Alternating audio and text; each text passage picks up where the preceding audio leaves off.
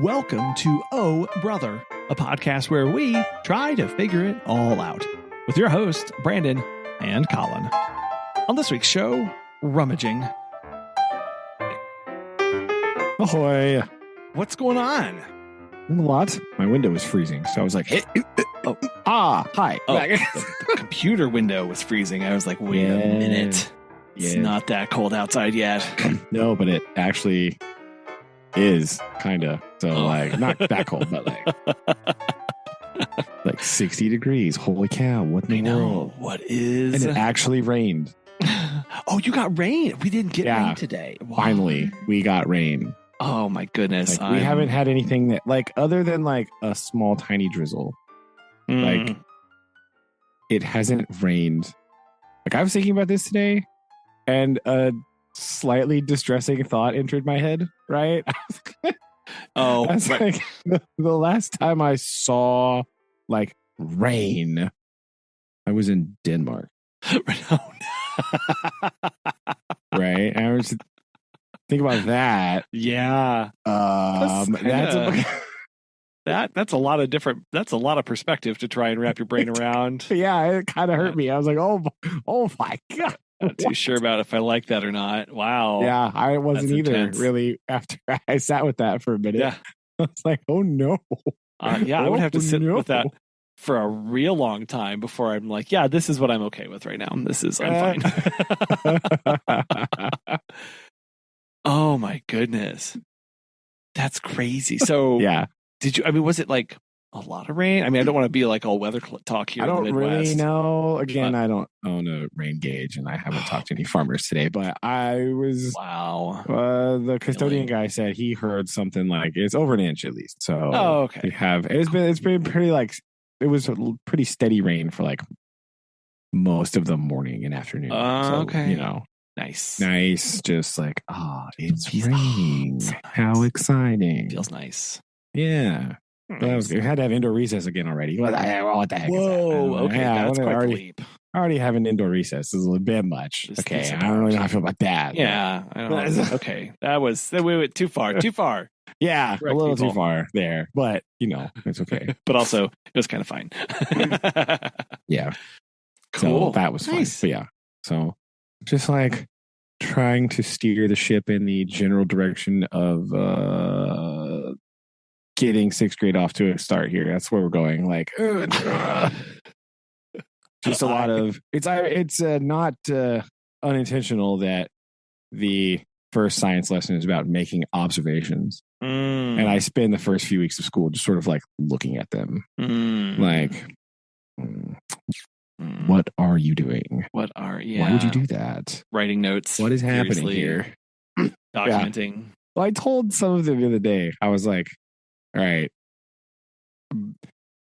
I just need you to know that you failed the test, right? That's they were supposed to be working on this project, right? And they were just not, right? They were just goofing off and whatever. Yeah. And I told them, I was like, so this project, it serves two purposes. Number one, to reinforce the content matter we've been talking about. Sure. Right. I was like, the second thing that it does is it tells me how you use your class time. Oh no. Right? I'm going to look at being monitored. Yeah. Well, number one, I'm watching you right now. Yeah. Right. And I'm seeing who is working and who is not. Yeah. And I gave them 2 class periods, which it's my afternoon class. So it's less time than it sounds like. Right. Sure. It's 2 30-minute class periods. Oh, right. Because you've got the weird lunch split thing, right? Yeah. So it's wonky.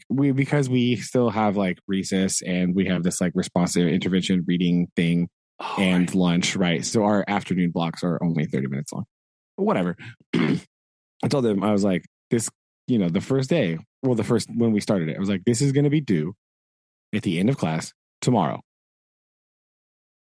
Right? Seems clearly, so you know how much time you have, right? Making sense so far. I told them, I was like, I watched the people who were done immediately and thought that they were going to give me that and get points for it. Oh, right? See, Right? see, Like it's if I not, give you, it's not a race. if I Race give you people. an hour, basically, and you're done in 20 minutes, Mm. and you think you're done. The answer. I have something to tell you about the rest of your sixth grade life, right? It's not okay, like that's not how this works. If that's what you think. Oh no. You think that's how this works, right? Like that's Sure. interesting. That's very interesting that you have decided that's how. So okay, we'll play that game. Cool. You know what? Everyone's learned something today. Yeah. So yeah, I've learned much. Right. Unfortunately. Yeah. I was thinking of you today. I was talking with somebody and I was talking about like like personality traits and stuff came up. And I said, I don't know, like what's something that like you like a personality trait that you like about yourself, but you would rather change. And the person said, well, I'm really sarcastic. But it helps me because I'm a teacher. And I said, what grade do you teach? And he said, junior high. And I said, like, yeah, okay, that tracks. That's fair. I am really sensing a theme for what it takes to teach at junior high level. And I just started laughing. He's like, what? And I said, my brother, that's all. He's the same way. It's fine. It's okay. Yep. Anyway. I mean, you have to be a little bit, right? Like, it's fine. Yeah, you got to go easy on them a little bit at the beginning of the year because they got to feel them out. You got to feel out which ones are okay and which ones are like right. Because it's like also personality. Like some junior high kids will just like throw it right back at you, right? And then you're like, okay, it's good, it's fine. The other one, there's some that like will shut down. Oh no, right. Okay, no, too much. All right, sorry, not them. All right, no. And what was funny is the person said, I don't. He goes, I've been teaching for like, so I've been in the classroom for like 11 years now, and I don't know if I started out this sarcastic or not because I really can't remember. And so it's like, I don't know if I'm this sarcastic because of my job or I'm good at my job because I'm sarcastic. Why not both? Right? I said, you know what? I'm just going to go ahead and say yes. I'm going to say yes to you. That's fair.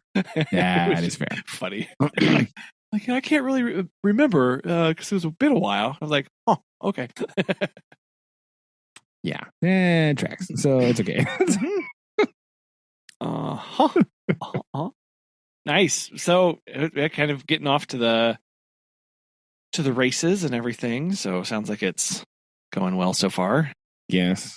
Right. I think we're slightly ahead of the curve because today we did an activity and I think I remembered everyone's name correctly. So there we go. That is, we're in there now.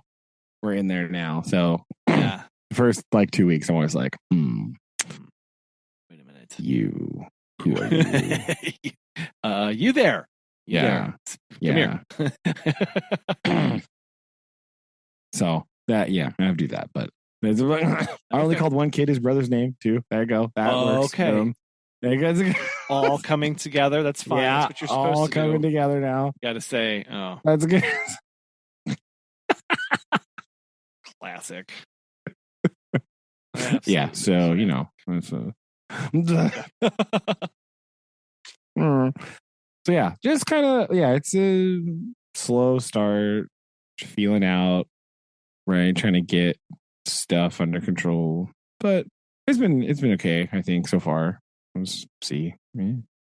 So it's also very like the first weeks of school are also very difficult because you're like, oh man, you're just like exhausted. Because you do stuff all the time. Yeah, well, you've got to be not just like talking, but like you're going. Like, yeah. Like full. There's no like I'm going to slump in a corner. Like I'm sure sometimes, but like no, you that bell rings. You got to like moving. Yeah, and I tell you, they mess with my schedule again, right? Because that's what they love to do. So I have my plan block is first hour. Okay, so you mentioned This is this like, yeah. last Did I time. mention this last time? You did, Man but like, alive, it is kind of killing me, right? Like already, because like I would imagine that like you would. This is me. Like I would rather get in, like start the day off, like just going, like just get into it, going. Why do you find that hour planning in the beginning throws you off so much? I think because I haven't done any teaching yet. Right. So you're like not in the mode. Sure. You know what I mean? So like it's kind of bad because it's hard to get started doing stuff. Yeah. Right. Because you're just like, whatever. Like I mean, I have always had early planning blocks, right? So like it's been like second hour before. So like maybe I'm just used to that, right? So it's like come in and you have a little bit because got a little bit of time to just like get stuff ready and whatever, and you just like go blam, and then when you have that plan block after that, your brain is like already activated. You're kind of like already in teacher mode, so you're like, okay, I gotta do this and this and this, and I gotta get this ready for later, blah blah blah. And it kind of, even though it's so early, it would like allow me to like get my day ready in like two halves, right? Like the day before I would get like the morning classes ready, right? Like after school, like a little bit after school, like when you're still there, like, okay, I'll just make sure I have everything for the morning done. Boom. And then during that plan time, be like, okay, now I'm going to make sure I got everything for the afternoon done. You kind of like split things that way. But this way, it's kind of like, I don't know what to do. And I got like, No, that makes total sense because it's like, you're right. I think when you said the brain activated mode of like I'm ready, yeah, I'm going, I'm thinking about things, I'm got my juices going, ready to go.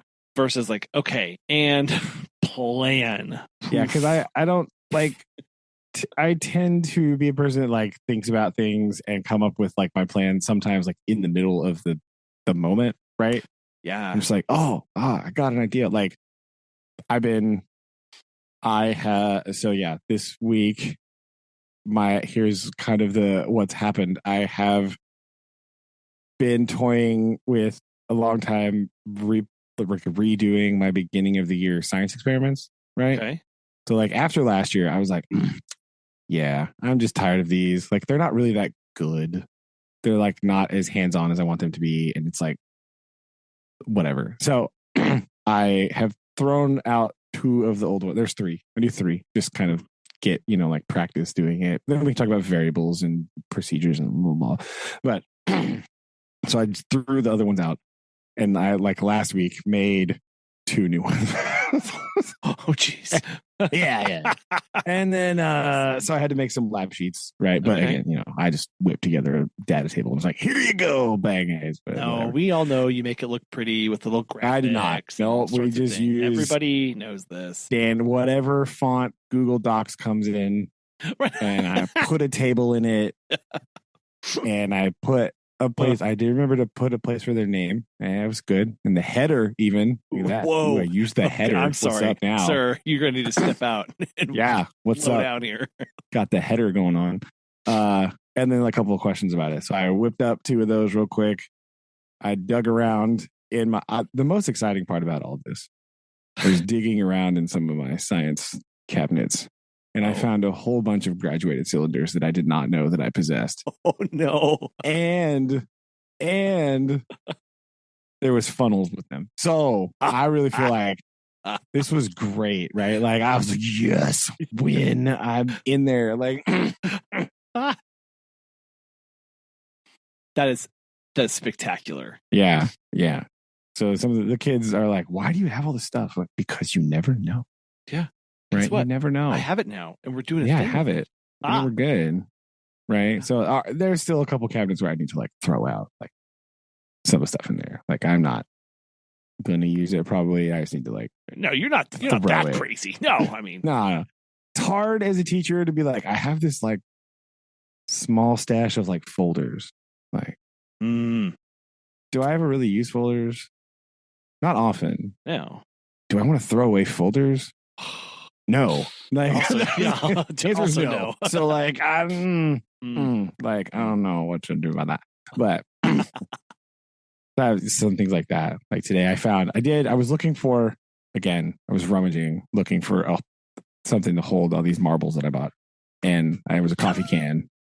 I had a coffee can in there, and it had like a bunch of pins in it. I don't even know where it came from, so I just threw all the pins away because they were like really old, just like junky, like random cheap clicky pins. No idea how those got in my cabinet, but I dumped all the pins in the trash can. I was like, aha, Folgers coffee can. That's what you need. 500. That's where you could put 500 marbles. That's what's up. Let's go. It does sound like a bit of a manic episode when you're like, so I was rummaging for my marbles. Like, it doesn't sound the most balanced. So anyway, I was doing this. I was doing my experiments. I was thinking about my experiments. We're talking about like asking science questions and drawing conclusions from data, right? And so I thought to myself, wait a minute. I like on my test that I'm giving, I'm going to rewrite the questions to like mirror and be similar to the experiments that we've done so that it makes there's more continuity instead of just like a random like quote observation, right? Yeah. I'm going to like tie it to the experiments that we've done to like give it more like grounding so that you can like understand and it's like, oh, you've done something very like this before, so what would that look like here? You know what I mean? Yes. Trying to make it more contiguous, because this is like asking a good science question is very difficult, right? And so I was trying to figure out how to do that. So I also started rewriting my test today after that, and drawing some graphs on the board about the results of our experiments so they could see like the class average, right? Like, oh, sure. You know, instead of just their data point, like we did one about paper towel absorbency, like how much water can a paper towel hold? Like, okay. And so that's why we need the graduated cylinder for measuring the fluid. And so instead of just seeing their data point, right, I did a big average of the 6th grade as a whole, and then I put that into a chart on the board so that they can see like, oh, this is like, we talked about like, now your individual result might not have been the same, but the overall everybody, this is their answer that we got, right? Like the average answer of all the 6th graders. Yeah. So trying to present them some data that way so they could like see actually what the experiment was telling us, you know, as a whole. So I was also doing that. And so, yeah, it was a bit of a, but that's what I decided today. I was like in the middle of doing something. And then I was like, wait, I should make my test questions like this. Also, I could also do that. So have I finished grading all of the labs? No. Did I spend time completely rewriting some of the questions of my quiz? Yes. Like I don't. I mean, yeah, that's fine though. It's okay. It was done, you know? and made. Yeah, it'll be okay. I just like was like, oh wait, this will be great, and then just. It's hard to stop that momentum whenever it like pings into your brain and you're just I have to get this done now. Like there's no waiting for this one. Yeah. So if all these kids are asking, they're already asking me like, why is your desk so messy? Like this is, if I need to explain that thought process to them, like, look, I was in the middle of something, immediately decided to do something different, and then we can't be bothered to like pick up the paper, right? We're doing that. Yeah. We're gonna no, come on. What are you expecting too much here? You just gotta We're doing other things. Yeah, I've moved on. Yeah. Like, I don't care about that. Importantly. Yeah. Oh, nice. Plus, I always just like keep the paper around for long enough and then go like, it's like random extra things like from the office or whatever. So I'll keep it around for a while. Sure. And then just like throw it all away at once. Like, there. Reach that threshold where you're like, okay, this is now reached the point where I need to activate on something. Yeah. So that's, yeah. So this is also the reason why my week has been like exhausting, because it's been a bit manic, but like, it's fine. Yeah. You kind of need a good manic week every now and then. Yeah. So that's pretty much it, right? Nice. What have you been doing other than looking like a coach, apparently, in random pictures that I'm being sent? I don't understand what's happening. It was so bizarre.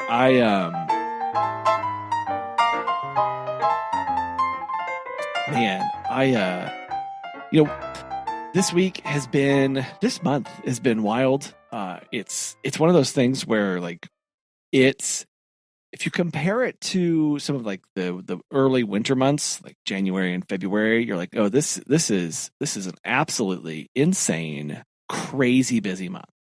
But if you compare it to our summer months, which we were just coming off the heels of, it's like, oh, nothing is happening.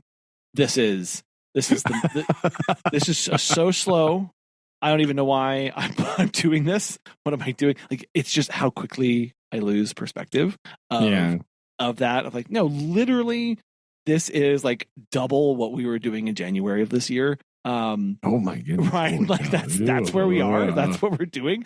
That's a horrifying sentence when you say it out loud like that. But when the previous 3 months were 2.5 times, right? It's like, oh, this isn't. I'm not doing that, right? Jeez. Like whatever. So, we've got but it hasn't felt as intense, and that's just because the previous 3 months were literally off the rails, insane. And so, of course, at the moment it slacks off just a little bit, you go, oh, okay, this is manageable. This is nothing. Why are we worried about this? Keep moving. So that's been good to have a little bit of breathing room. We got to go on a family float trip down the middle portion of the James River. This was the kids have been really wanting to do it. We floated the same little upper stretch that we've done before, and that's like 2.5 miles. And but they wanted to spend more time on the water, and Megan specifically said that she would like to eat lunch on the river. And so, I mean, how can you say no to lunch, really? How indeed? That's just not allowed, right? So, it's like, okay, fine. Like, we'll do this. I will say, twist my arm, a picnic. Oh no! Okay. If we're being honest, Megan's going to be listening to this, and she's going to be like, "No, Collin, you weren't all gung ho," because I was a bit of a stick in the mud. Because the previous week it was so blipping hot. It was so ridiculous. It was. I was just like, it was murder. I was like, no, we're all going to just like burn into a fiery crisp. Nobody's going to like this. I'm going to hate my life. Everything's going to be awful. And I was a little bit of a, we'll just say, stick in the mud. Megan may have other terms to use to describe me, but obviously fuddy-duddy. Fuddy-duddy. Clearly the one. Clearly the only option. Fuddy-duddy. The only one left. Only one that I can possibly think of. And on this family show. It turned out that it was like an absolute gorgeous day. It was 80 with clouds and a breeze. And like, oh wow.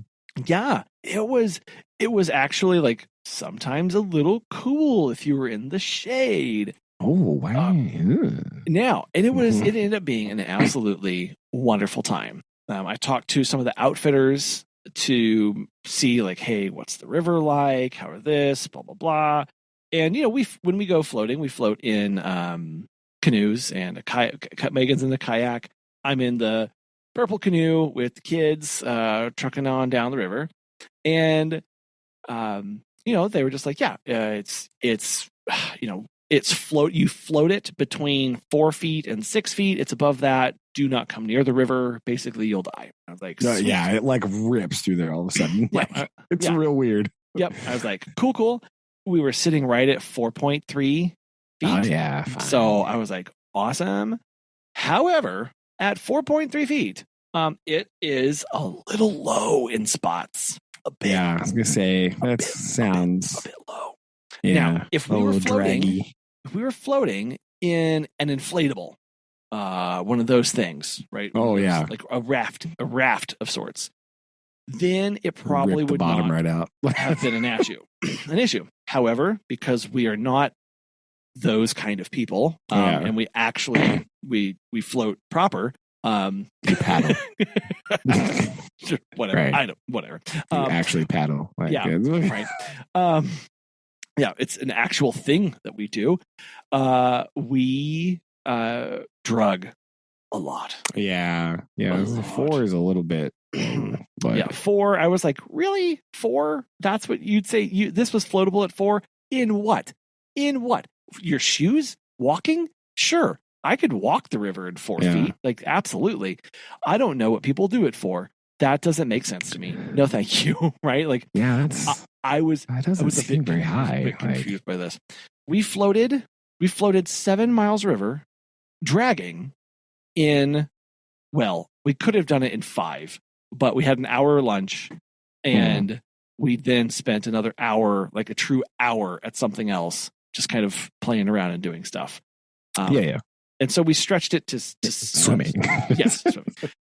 Yeah, so we stretched it to 6 hours, which was a good amount of time on the river. That was really good. Appreciated that time, and it was just neat to see a different part of the river. Got to see some bluffs, not like big like Niangua, not like those kind of bluffs, but current like river. Yeah, not like current river bluffs, but like this just looks like a very different river than what we floated before. So that was kind of neat to talk about some of those comparisons and contrast against certain things, and just have fun out on the river. So we spent a day doing that, and man, that was like a woof. Like that is a pretty brutal. That will take it right out. That'll again, and it was brutal not because of the heat or anything, but just like when you're dragging and like I'm pushing a canoe that's got 2 kids and our cooler and some other gear and stuff in it, like that just wipes you out a bit. So we got a lot. Like it's it's a lot, if we're being perfectly honest. Yeah, it's so we're all pretty tired. Amount. We get back to Dad's, and this is where the kids go. Dad, can we sleep in the tent tonight? You can. No, I was like, no, I will sleep in the tent with you. I will do this because I know, like, when I sleep outside, like, I always get amazing sleep. And because this was where it was starting to get cool, so it was like in the 60s, that's fair. Low 60s at night. I'm like, okay, it's going to be kind of like 80 right before sundown. And then it's going to just drop 20 degrees all night. And at 3 a.m, it's going to be 62. Yes, I will be here for that. I will be out there. So we set up the tent. And of course, this is the first time the kids have been in the tent. We're outside, 7 steps from the deck. It's fine. Yeah. I did not put on our rain flies, and the tent is the entire top dome is mesh, right? So you can just see the sky, and there was not a cloud in the sky that night. So tons of stars. Kids are kind of getting up. They're looking around. Standing up and doing like a 360 scan of the area around us, looking through the mesh, whatever. And they're kind of up and whatever. I get up at 2. I can't go back to sleep. I go out. I have to go to the bathroom. I come back in. I lay down, and I wake up. It's 5 o'clock, and I just open my eyes and I'm looking at some stars, and they're starting to disappear. And I take both my hands, I put them up, and then I rest my hands down on the left and right because I have one kid on the left and one kid on the right. I'm gonna, like rub their backs or just put them back to sleep. Yeah. And my hands go through their sleeping bags. And there are no children in the tent with me. Oh no. And what? I take a moment and I go, huh. Okay. I wonder where they went. And then I listen and I hear giggling way off. And what they're doing is they're just running laps around the house under the stars, obviously, in 62-degree weather. And it turned out that they had already been like inside the house and back out like twice, getting a cup of water and getting a towel to wipe their feet off from the dew. What in the world? Like they were. It was fantastic. And so I kind of like called them over and said, okay, we guys back down. Okay, it's fine. And they did go back to sleep. And then we all kind of woke up around 6:30 and got up and did that. Did that. But it was so funny. Like I put my hands down. It was just like, like what wait a minute. What is going on? It was fantastic. So we got to do a big float trip, got to do some camping, and we are ready for our backcountry introduction. I think that's what this means. Yeah. Now, of course, the kids are like, when can we go camping? When can we what do they say? When can we sleep on the river? Right? And I was like,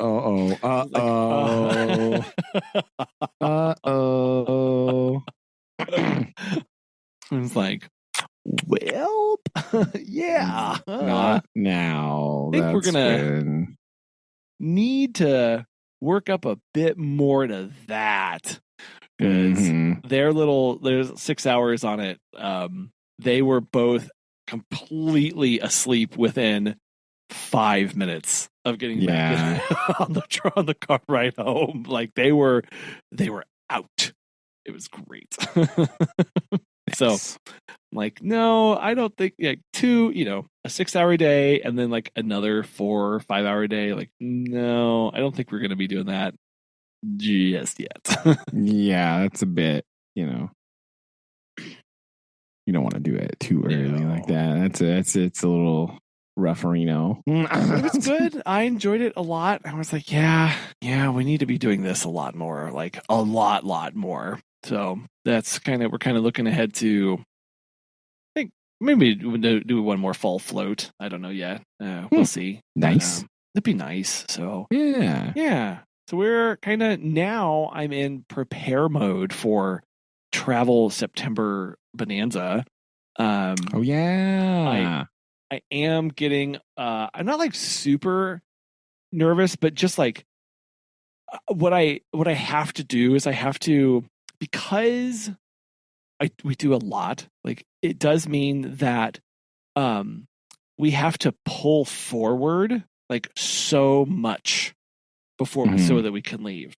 Right. So it's like, oh, right, I have to pre-edit 5 podcast episodes before I can leave for all this stuff, so that I have time for things. And I have to pre-write all of this stuff so that I have time for things. So it's like, oh, that is where I am right now. And trying to like, okay, so I've just got to do like a little bit more every single day, and then I'll like chunk through it and everything will be fine. As long as I don't add like anything else to my plate. Like I think I've got my time budgeted. and then one of the so I'm going to I'm speaking at a conference, and I was going to go out and do an MC at this other conference, and so that's like a whole other job in its own. I'm starting to like, I don't know all the speakers that are there, so I'm trying to like remember who they are and make sure I can recognize them when I see them, like doing some flashcard work, because like that's going to be embarrassing if like, hey, no, I'm introducing you later. Like I can't do that guy. Right. So I'm preparing for that and working with the organizer of that conference, and then they they reached out to me and they were like, hey, so I know you're like the MC and everything, but like, what if you were also giving a talk. Would that be cool with you? Uh-oh. Would that be cool with you? Obviously. And I was like, like, oh no. And so like I kind of had this idea of like, okay, well, I am already giving another talk. So and I just said like, hey, in order for me, because it was like, if so, I need your completed slide deck and anything you want to hand out in a week and a half, thanks.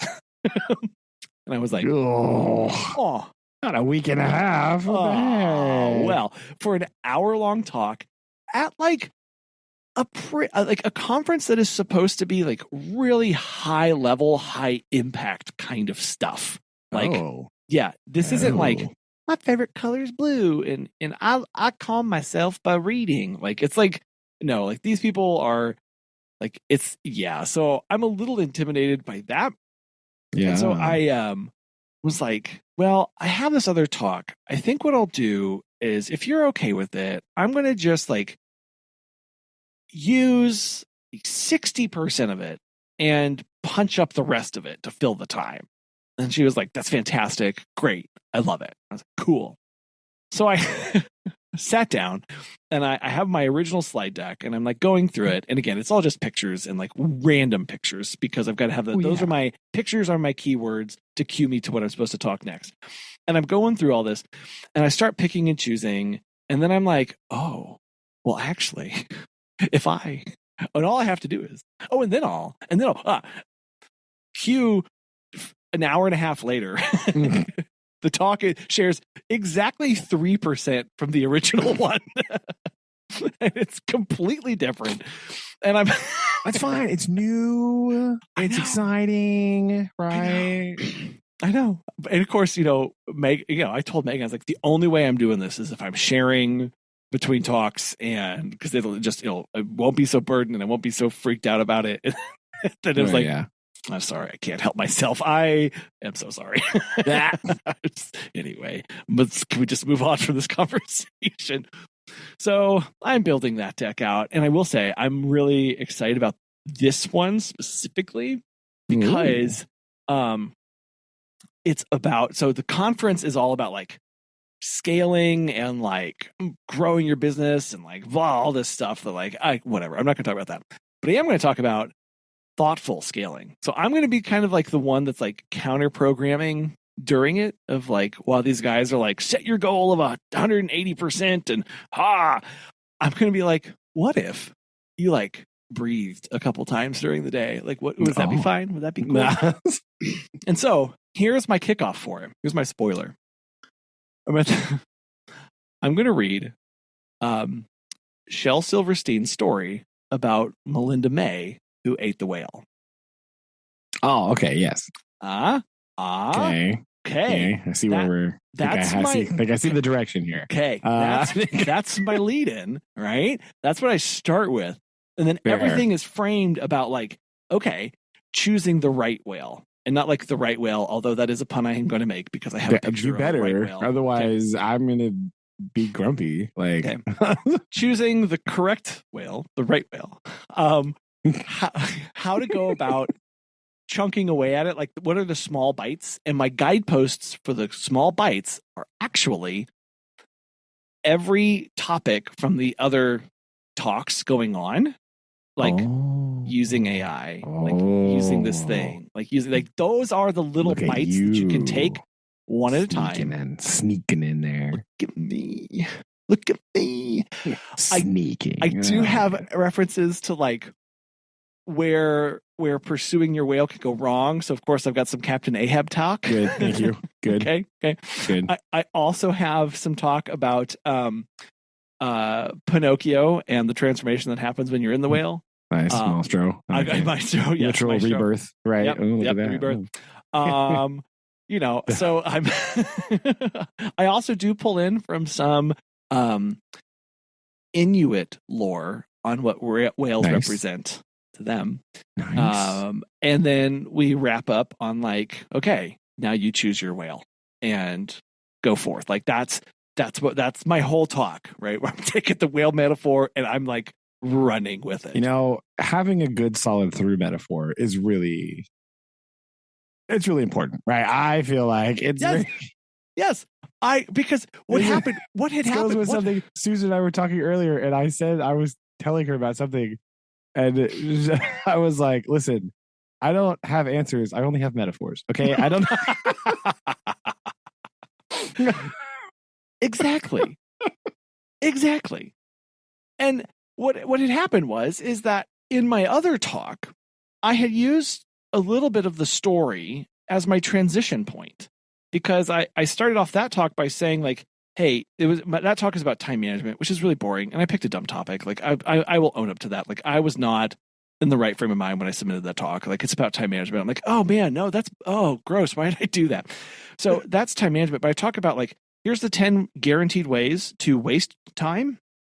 I talk about Melinda as the transition to more focused, purposeful move forward. And then we transition to actual like tools to manage your time better. Like that was my transition point, was Melinda. And then that became the whole purpose of another talk for like picking and choosing these things and whatever. So I'm trying to breathe for that. And so I've got to start finding now. Like, here's what I do, right? Like, so I have a pun about right whales. So I have to find the right picture for the right whale to make sure that it lands. So this is now what I'm spending my time doing, is like hunting a whale, finding a whale, like, literally, You see? Yes, see. My other whale reference is the whale in Hitchhiker's Guide, where it just like plummets out of nowhere and falls to the earth, and like some whales are not meant to be around for a long time, and that's okay. Like we've got to let it go. That was my other whale reference. Sorry, I was trying to remember what it was.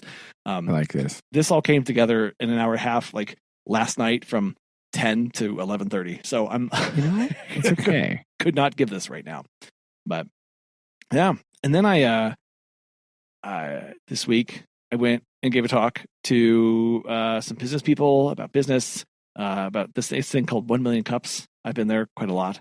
Oh, yeah. Turns because so they do these things where like you come and present one time, and then each time you come back, it's called a refill.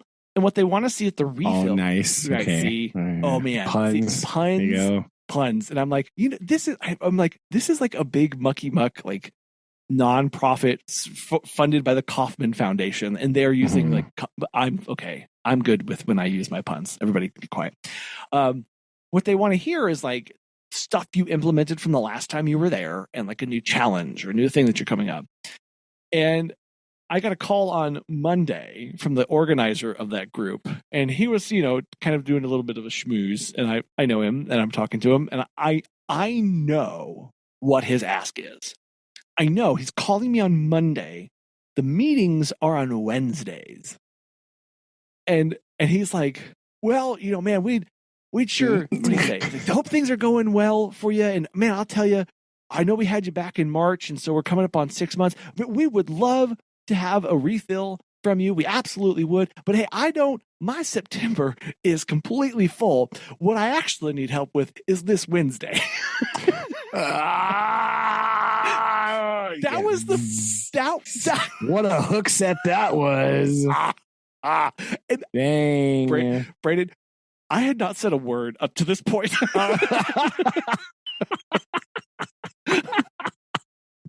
I said hello, and then zing them in there. Exactly. Oh my goodness! Like, he just launched into it like I had called him to do this. Like, well, oh man, we would love to have you back, absolutely. But here's the thing: like, I didn't ask why you called me. Like, And now I'm like, I now know why you are the regional manager over an entire bank. Okay. Yeah, I got him. Oh my goodness! Just like the whole conversation lasted less than a minute and 20 seconds, and afterwards I just kind of sat there on my phone like, I know what happened, but what happened? It's got blitzed, right? Like Oh my goodness. Oh my gosh. Oh wow. Yeah. That's And the good thing about the hardest part about those presentations is you start networking and talking to people at 8:30. yeah. You start talking about your presentation at 9. They want you to be done talking at like 9:06, and then the rest of the time till 9:30 is questions and conversations back and forth. So basically what you have to do in 5 minutes is frame your problem in a very hyper specific way and like point everybody's nose in the right direction.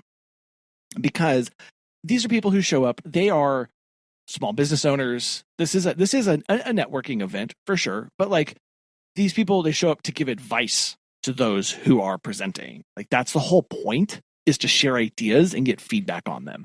And so you have to, because if you just show up and you're like, I don't know, and I tried some stuff, but I don't know, like they will focus on literally everything else that you don't want to talk about. Oh yeah, obviously, right? They'll like because they have no direction. And so what I have learned to like get the best out of this, you basically have to come in and slam every door that you're not interested in talking about shut. Like all of those, boom.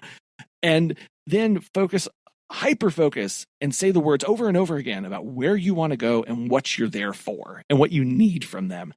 And when you can do that, like again, that's 5 minutes. You don't have 30 minutes for a setup. You've got 2. yeah, like right. That's been that was hard to do. And this is my 4th time presenting to them. Again, they do reach out to me about every 6 months, and they're like, "Hey, cool, thanks." Because I'm on like an August, or sorry, like a March and August September time frame. So okay. So those are very slow periods for them. Yeah. And so I'm like, absolutely, I can, and many things to talk. So the photo the photo that you saw there, they always like, oh, and here's your microphone, and I'm like, you can set that over there. This is not a big room. I've got this. Yeah, because I'll be fine. I have found for me that when I hold the microphone, I get more nervous and anxious, and I'm not quite sure. Like, I think it's because you can't do things with your hands. You can't gesticulate, because otherwise you'll be right. Like you like have to stand still. You like have to hold your hand still. So and then my hand starts to shake, right? Yeah, and then my brain's like, oh my gosh, you're shaking, you're nervous. And then I do get nervous, and I'm like, it's like, no microphone, I'm just yelling. Okay, we're just gonna yell, people. Just deal with it. And it's normal. It's fine. Don't worry. Yeah. Again, like I have lungs. I can use them for now. Like let's go. Let's do this. So anyway, I gave the talk. I got some interesting feedback about kind of what we're wanting to try and do. And it was, again, that's always a whirlwind, because you basically, again, you're like, you don't know who's going to be in the crowd that day, because it's not the same people. It's whoever can show up. So it's like, it could be, 40 people from totally different and varied backgrounds. Or it could be 3 people and they're not going to talk a lot. And so I had quite a lot of people in the room, thankfully. And it meant that there was a lot of rapid fire questions back and forth. So I don't know, it was went pretty good. I'm happy with it. So anyway, it was a yeah. So I just cut off the phone. I was like, again, I know what he just did, but what is going on? Like, I'm so how? Yeah. How did you do that? Man, he is really good at this. It's almost like he's a salesperson. I know. Oh, actually, hey. Wow. Yeah. What's funny is I didn't know his title and like what his actual day job was. And again, all these are volunteer positions. They're not there for sure. Yeah. Like, one would say, okay, so you've got a banker there at a small business networking thing. Okay, right. The next time somebody shows up and they're like, and I'd love to have a trailer to sell my taquitos on the corner, he'll be like, I'll give you money, right? Like, okay, fine. He does get stuff out of that. But there are really good ideas, and they do know the system, and they do share freely and willingly. Like tons of coaches show up too, and they're never like, well, here I can't talk to you unless here's my coaching rate kind of thing. An hourly minimum, right? Like, please tap your card here to continue this conversation. No, I've never had that. They all are like, it's all very open, and so I do very much appreciate that from that perspective of like they're there to help and be helped too. So yeah, well, that is nice. Yeah, I do like that atmosphere, but it just yeah. So it's always wild. But yeah, so that's been this week so far. We've been now again. We're kind of in this lull where I'm just staring at things coming up and trying to get ready for I was like, oh no, we're traveling in a week and a half. Like dang it. Yeah. I gotta wrap up a bunch of stuff too. Yeah, right? like, I do. Like, I have to edit like some things. Yeah, because of the pacing of everything. It's like, right, I'm not, because what I don't want to do is get back from my trip and have to immediately work on a bunch of the other stuff, like editing more things and writing more things. So it's like, I've got to use this time now to edit like 4 or 5 podcasts to like jump way ahead. For it'll be, and write all these emails that go out and do all this video. Like, so not complaining, but also I'm complaining a little bit.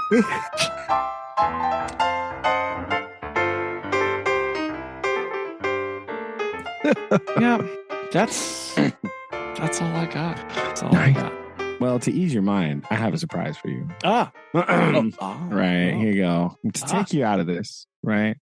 Now, I have for you another classic installment of surprise. Brandon is reviewing a random movie. Oh, yeah, let's go. Right.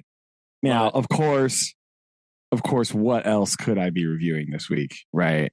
But something to do with Treasure Island, right? Obviously, right? This book has had massive reverberations throughout the cinema history, right? So, like, I was reading that, like, Disney's first version of this movie, like the oldest one, like, the guy that plays Long John Silver is basically responsible for why people think pirates say, like, "Arr, matey," like, that is really it. Like, his performance, like, cemented pirate vernacular into, like, the American zeitgeist, right? Okay, it's like, let's go. Extreme important thing, right? Wow. So we have that version, right? We have, of course, the best version of Treasure Island, Muppets. Yes. Treasure Island, right? Yes. We have the best adaptation of Treasure Island, right? Treasure Planet. Oh, right. Yes. And of course, we have the truly, it couldn't have existed without Treasure Island, Pirates of the Caribbean, right? However, yes. What if there was a version of Treasure Island that was like almost good, but not like okay, except for the performance of one person? Oh, no. Right? Oh, no. What if that version exists? Hey, guess what it does? Oh no. Oh. Did you know there is a version of Treasure Island from 1990, right? It's like a TV situation. It was produced for TNT Network, right? Ooh. And this movie is almost excellent, right? Oh no. So we have powerhouses, maybe not powerhouses, but like there's a lot of very good English actors in this movie. Okay. Like Oliver Reed is Billy Bones. Okay. Right. Like he's like he's the guy that plays Proximo in the Gladiator movie, but he was like a action-y guy back in the day. Right. Yeah. Some other people, right? Pete Postlewaite, right? He is in this movie. He is George, right? Tom Redruth is James Cosmo, who is also, he's in Braveheart, right? Dr. Livesey is Julian Glover. He's Donovan, from Indiana Jones and the Last Crusade. he's the he's the he's the doctor, right? Okay. Blind Pew. Would you like to guess who plays Blind Pew in this movie? I no, I don't. Did you guess Christopher Lee? Oh yes. What? Yes. Yes. And of course, Jim Hawkins. Yeah. Played by an extremely young Christian Bale. No way. Way. Right? This is more and more a fever dream as you talk. It is. It's amazing. Now, you'll notice there's one name that I did not mention. Right. One name that I didn't put on here. Okay. That is because this movie is let down by the casting choice of who to play Long John Silver. Unfortunately. What? Right? What? The most important character, you could say, really lets the side down. Okay. Really? Because for some reason, this exceptionally English cast centers around Charlton Heston. No.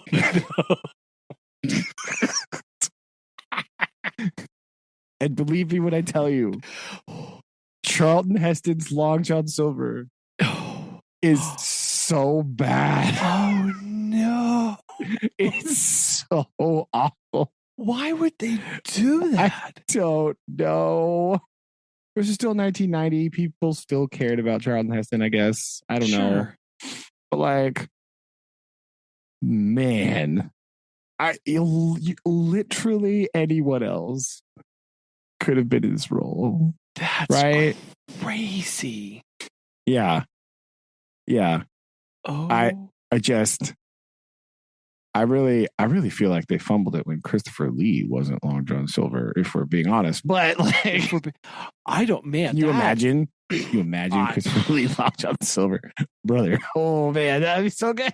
I mean, except all the nightmares you'd have after any of that. Like that's so good. That's so right. Weird. His Blind Pew is like way too good. Like I don't even. Oh no, it doesn't even make sense. Like why is this character? Like he goes all in, like the makeup and like it's insane, right? Like it's. But yeah, Charlton Heston lets the side down hard, right? So some notes from this movie. Oh no, it's kind of hard to find online, but you know, like all the movies, what you're looking for online, you look for the Cyrillic alphabet, you'll be all right, right? It's fine. Right. So we have this. It's actually pretty accurate. There's lots of like dialogue from the book. Right. It's just like, what if there was more action? Right. So it's the action scenes are a little played up more, right? Kind of drawn out a little bit, which is good, right? It's nice. But overall, it's pretty accurate. One of the things that I thought was interesting, right, is in this version, right, in the film version, that it's very explicitly shown that when Jim Hawkins goes to sea, he is going to sea with Billy Bones's sea chest, right? So like he packs his stuff in the chest. So like the pistols that he uses throughout the movie, they're the ones from Billy Bones's chest, right? Like the knife that he has in the movie, that's Billy's knife, right? So he's sort of like taken these things, and that's what he uses throughout the movie. Okay, it's a little interesting development. I thought I was like, okay, that's kind of clever, right? Like, you know, he doesn't have a sea chest. He's going to take Billy's, right? Of like, course. Obviously, that's what he do. Yeah. That was just a little aside that I thought was like, that's a good detail. I like this, right? I like this kind of thing, right? And of course, it's very Chekhov's gunny for whenever he ends up shooting Israel Hands, he's using Billy Bones' pistol, right? Very fit. Yeah. And boom, right? Yeah, no, that you saw at the beginning of the movie, right? Look at that. they do use it. They do. Look. Yeah, right. So, other notable differences is the captain, right? When he gets injured, he like is way not as severely injured, right? He's like ends up having his arm in a sling, right? Whatever. Not like disappears from the rest of the story. Not he is in the plot a lot more, which fair for a movie. But would you like to know the manner in which the captain gets injured? Is it not being shot? It's epic, is what it is. It's much more epic. It's not just like get shot through wall, right? No. During the attack on the fort, right? The roundabout thing here. The pirates wheel up a cannon closer range to the thing, right? Okay. And so they're shelling the building with like grape shot from much closer. So the captain and Hunter, right, decide that we got to get rid of this gun emplacement. So what do? They take a powder keg and they jam a big fuse in there and they run out the door. Okay. And they charge the gun emplacement with a makeshift bomb. Oh. And the captain gets injured. He goes down. Right, Hunter picks it up and continues to run and flings it at and blows up the gun emplacement. Right, once he throws it, all the pirates scatter. Right, run away. Right. The other thing that I wrote here is that also it is like very clearly stated that Ben Gunn is the one killing the pirates off screen, right? Like, none of the like. It is like explicitly like stated it was him, right? Like it's not like you see scenes where he's like sneaking, he's like crawling up a tree with like a knife, right? Oh, jeez. So you don't see him like actually stab anybody, but like you see him like lurking around the pirate encampment. Yeah, he's like moving Rambo. In the dark. We know what that. Yeah. So that is like you explicitly see that, right? Also, the other part that was really funny is whenever the doctor just like goes off in the middle of the night, which prompts Jim to leave also later. Yes. He is shown wrapping up a piece of cheese in a cloth and putting it in his pocket. Okay. Yes. This is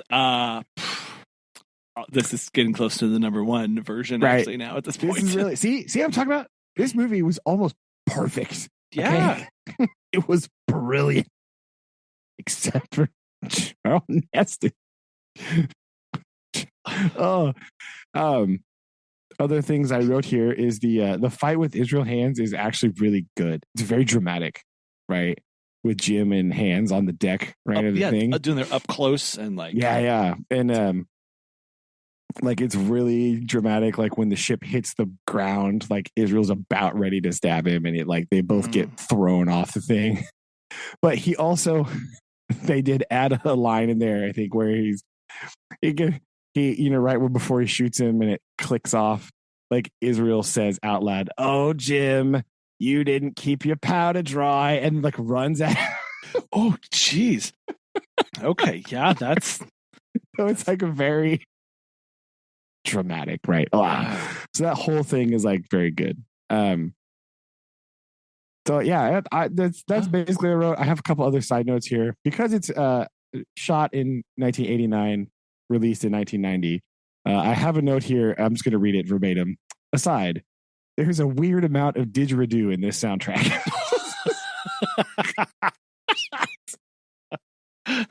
I don't know why. I guess it's exotic. Right? Like it's exactly what it is. It's exotic sound, but like it's not a Caribbean sound at all. Right? No. Like Flint allegedly, Flint died in Georgia, right? So like Oh man, the didgeridoo. Didgeridoos. Yeah. Well known Georgia This, I things. also imagine that this version also has a lot more English writers because there's just lots of extra French insults in this movie. Right? Like there's a lot of extra like little jabs like Gah! Yeah. Like, oh, I don't blah blah blah like a Frenchman. You're like, what? What is that? Where did that come from?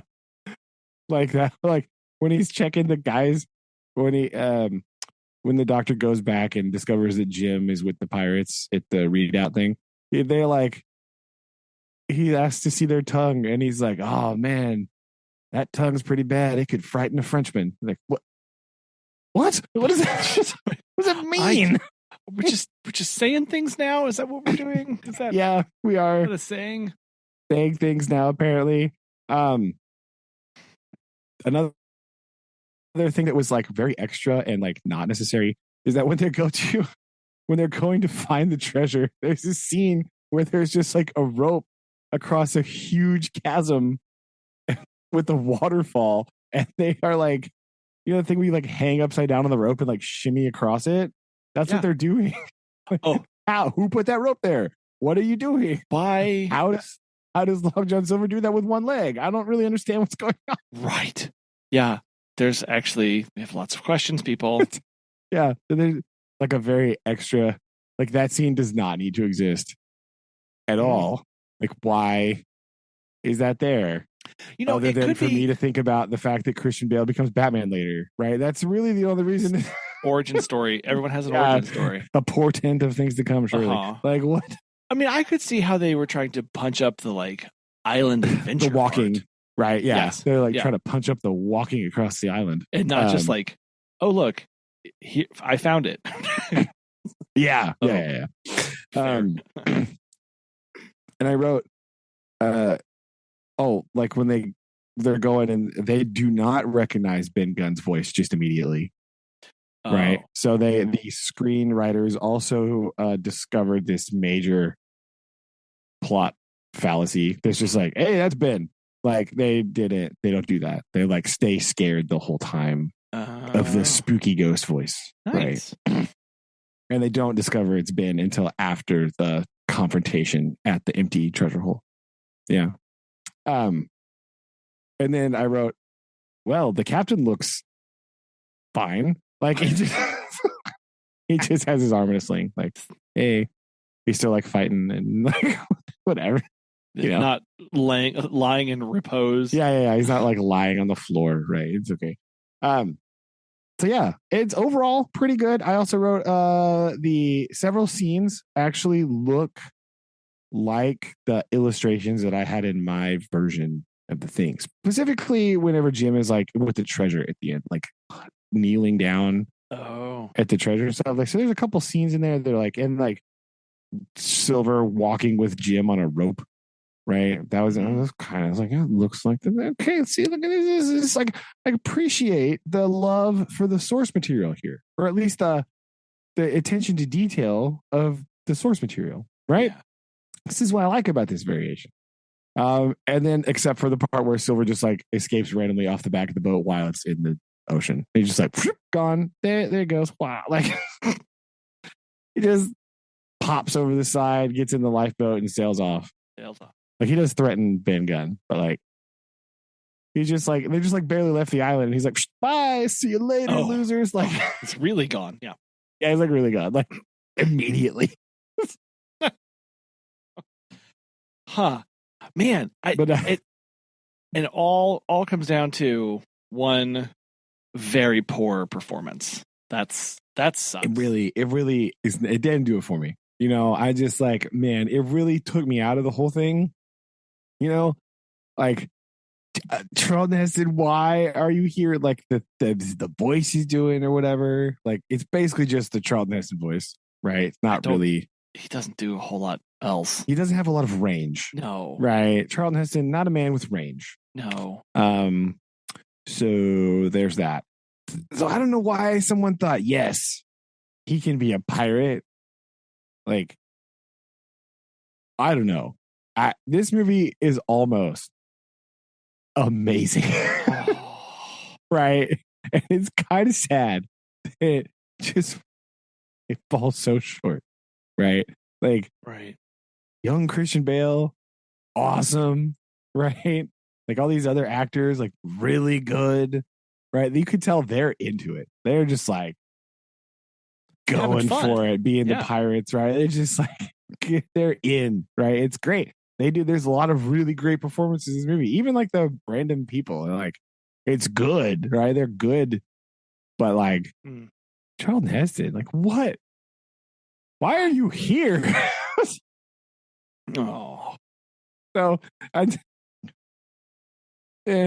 but overall, I had fun watching this movie. It sounds like a fun movie. It does. It's a fun movie, right? It's a good movie, maybe not, but it's a fun movie to watch. Yes, like. Well, I mean, you can't. Not much better you can get than that. I mean, just going and having fun at a movie, like that's nice. Yeah, that was pretty good. So there you go. There's my review of 1990 Treasure Island. That is something else. Starring Christian Bale. He's gonna get the lead tag now. I think you should. That makes sense. Yeah, I think. Yeah, I agree. I think it's starring him. Yes. Again, man, this is the most baffling casting choice just ever. Maybe not ever, but like it's right up there with just like what? Especially so good. They did so good with everything else. Everything else is great. Yeah, sounds like they really nailed it. We're using people for the right things, giving them fun, letting them just kind of go crazy with the characters, and then the stilted Charlton Heston shows up and just really doesn't do it. So he's disappointing. But when is he not? So like, who directed this movie? Really, that's a good question. I actually don't know. I didn't look that part up. Who did direct this movie? Was it Charlton Heston? Is that who directed this movie? No, not Charlton Heston. Fraser Heston. Aha! We found the answer. Ah, yes. Fraser Clark Heston. Okay, well, now we know why Charlton Heston's in this movie. Yep. There we go. His dad. Yeah. Because his son directed it. And his son? Wait. He was a producer on Ben-Hur? His son was? Yes. Are we sure this is his son? Hold on. How? Ben-Hur. Oh. Ben-Hur, sorry. It was the 2003 remake. What? Oh. Okay. No, these are all horrible movies. Yeah, no. Okay. None of these movies get very good. He definitely starts playing on his father's name towards the end of his career. Okay. Oh, okay. This is worse than we thought, right? His film debut as an actor is as the baby in Moses, right? Boom. So, there you go. Just inextricable nepotism from the get-go, right? Like, no. Oh, there it is. There's his credit. He's in a basket. Yeah. Oh, no. Oh, no. This is so bad. Oh. There you go. That, my friends. There you go. It's a shame because the rest of the movie, like I said, the rest of the movie's great, right? It's good. But Charlton Heston, not good.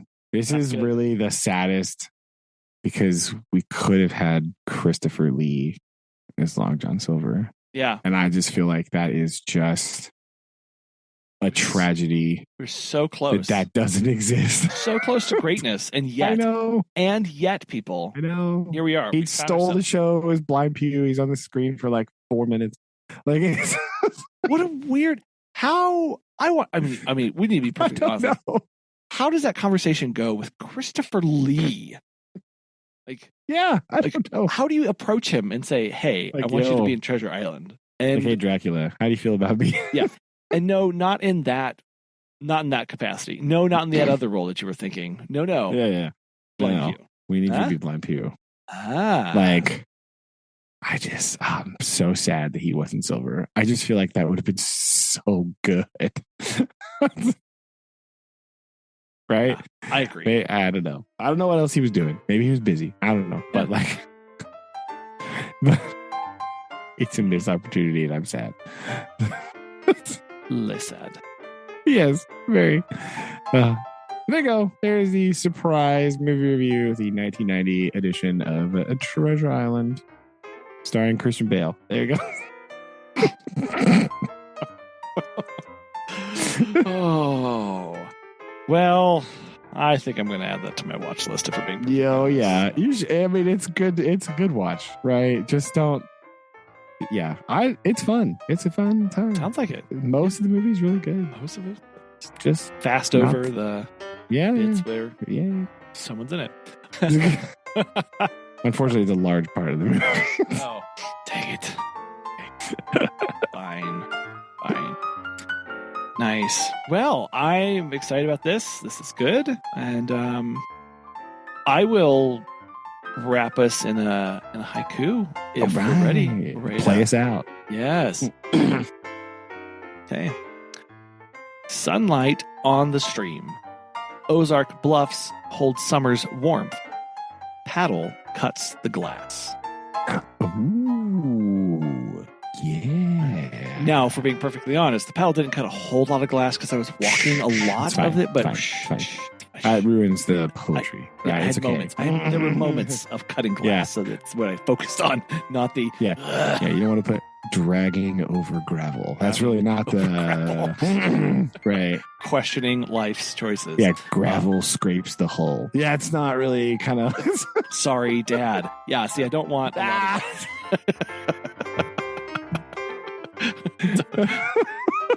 Don't want a lot of that. No. So we did that. Focus on the positives. Beautiful. Okay, well, good. Well, we will continue this and all right, see what happens next time. No one knows. No one knows. We'll see. That's why it's always new.